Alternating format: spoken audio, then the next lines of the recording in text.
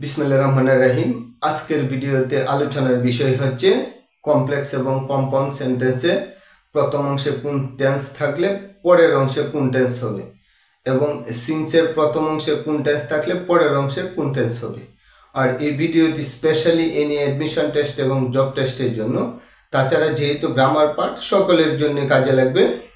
আশা করি ভিডিওটি মনোযোগ সহকারে লক্ষ্য করেন। তাহলে আমরা সরাসরি এক্সাম্পলে চলে যাই। যেমন এখানে প্রথম এক্সাম্পলে বলা হয়েছে Mitu went to market and brought a pen, অর্থাৎ মিতু বাজারে গিয়েছিল এবং একটি কলম কিনেছিল।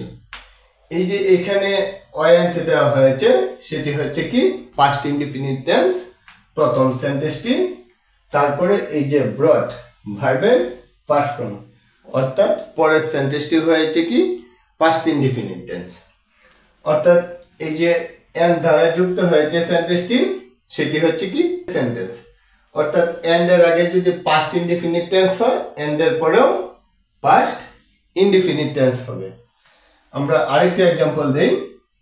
This proved that some form of life existed on Mars in the past, অর্থাৎ এটি প্রমাণ করে যে অতীতের মঙ্গল গ্রহে কিছু প্রাণীর অস্তিত্ব ছিল।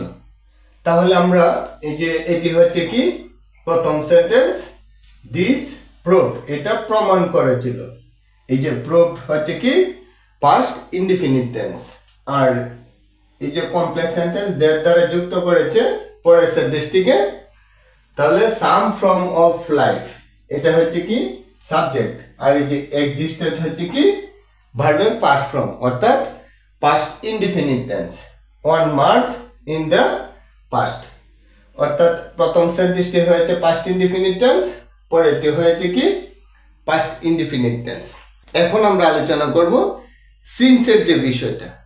যদি দুই সেন্টেন্সের মাঝখানে সিন্স থাকে তাহলে প্রথম অংশে কোন টেন্স হবে এবং পরের অংশে কোন টেন্স হবে। তাহলে আমরা एग्जांपले যাই।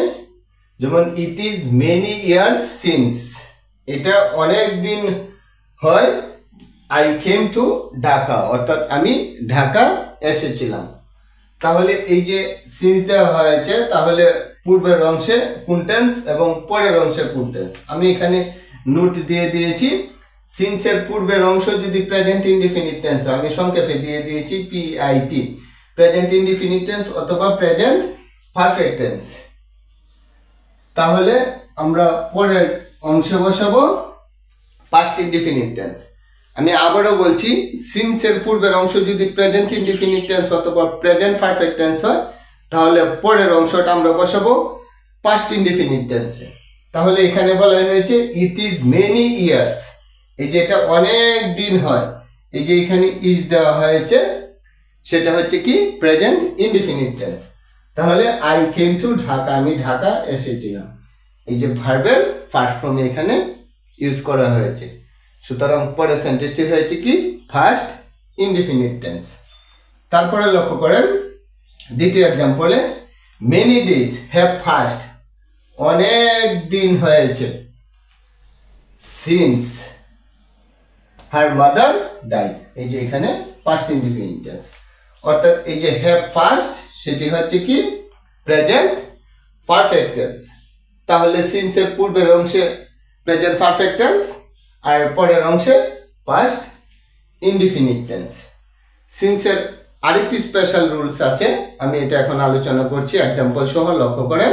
তাহলে সিন্সের আরেকটি রুলস লক্ষ্য করেন। অর্থাৎ এই সিন্সের প্রথম অংশ যদি পাস্ট ইনডিফিনিট টেন্স হয়, পরের অংশ হবে কি পাস্ট পারফেক্ট টেন্স। আমি আবারও বলছি, সিন্সের প্রথম অংশ যদি পাস্ট ইনডিফিনিট টেন্স হয়, তাহলে পরের অংশটি হবে কি পাস্ট পারফেক্ট টেন্স।